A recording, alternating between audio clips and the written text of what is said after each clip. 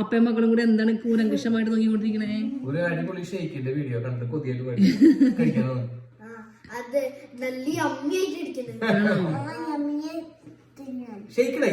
Shake വേണോ?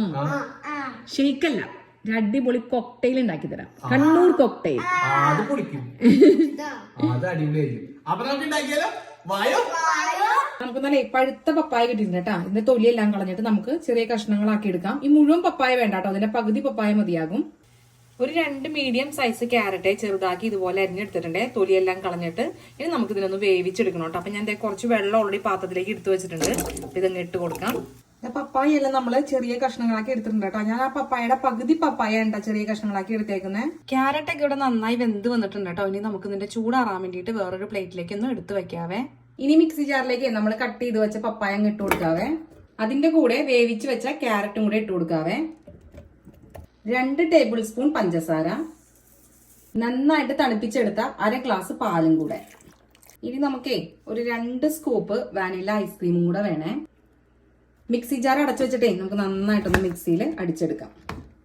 മിക്സിയിലെ ഒന്ന് കറക്കി എടുത്തതിന് ശേഷം ഒരു കുറച്ച് കാഷ്നട്ടും കൂടെ ആഡ് ചെയ്ത് കൊടുക്കണം കേട്ടാ.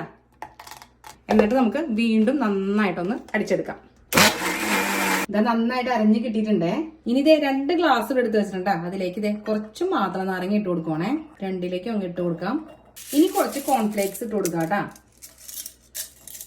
കുറച്ച് കശുവണ്ടി പരിപ്പും കൂടെ, കുറച്ച് ഉണക്കമുന്തിരിയും കൂടെ ഇട്ട് കൊടുക്കണേ. ഇനി നമുക്ക് ജ്യൂസ് അങ്ങ് ഒഴിച്ചു കൊടുക്കാവേ. ഇനി അതിന്റെ മുകളിലേക്ക് കുറച്ചുകൂടെ വാനില ഐസ്ക്രീം വെച്ച് കൊടുക്കാം കേട്ടോ.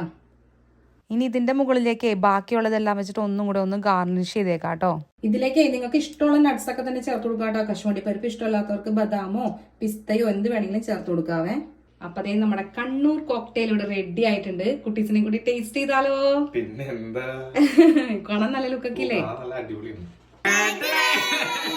നമ്മുടെ കണ്ണൂർ കോക്ടെയിൽ ഇവിടെ റെഡി ആയിട്ടുണ്ട്. കഴിച്ചേക്കലോ? എങ്ങനെയുണ്ട്? ആണോ? എങ്ങനെയുണ്ട്?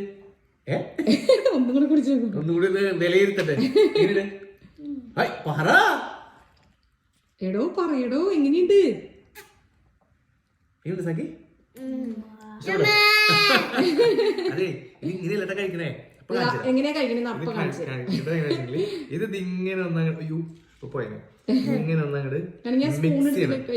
അല്ല ഇങ്ങനെ അതെ അതെ, ഇതൊന്ന് മിക്സ് ചെയ്യണം. മിക്സ് ചെയ്തിട്ട് ഈ സ്പൂൺ അങ്ങോട്ട് എടുക്കാം. എന്നിട്ട് ഇതിങ്ങനെ അങ്ങോട്ട് എടുത്തിട്ടുണ്ടല്ലോ, എല്ലാം കൂടെ മിക്സ് ചെയ്ത് സ്വർഗം. പൊളിയാട്ടോ നമ്മുടെ കണ്ണൂർ കോക്ടെയിൽ ഉണ്ടല്ലോ, പൊളിയാട്ടോ. പൊളി എന്ന് പറഞ്ഞാൽ ഗംഭീര പൊളിയാണ്. കണ്ണൂര് പോയി കഴിക്കാൻ പറ്റാത്തവർക്ക് ഇതേ വീട്ടിലുണ്ടാക്കി ഇതുപോലെ അടിപൊളിയായിട്ട് കഴിക്കാട്ടോ. അപ്പൊ നമ്മുടെ കണ്ണൂരുള്ള എല്ലാ ചങ്കുകൾക്കും അപ്പൊ നമ്മുടെ കണ്ണൂരുള്ള എല്ലാ ചങ്കുകൾക്കും നമ്മൾ ഈ കോക്ടെയിൽ അങ്ങനെ ഡെഡിക്കേറ്റ് ചെയ്യണം.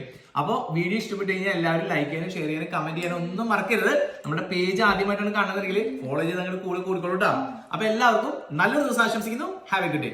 Bye bye.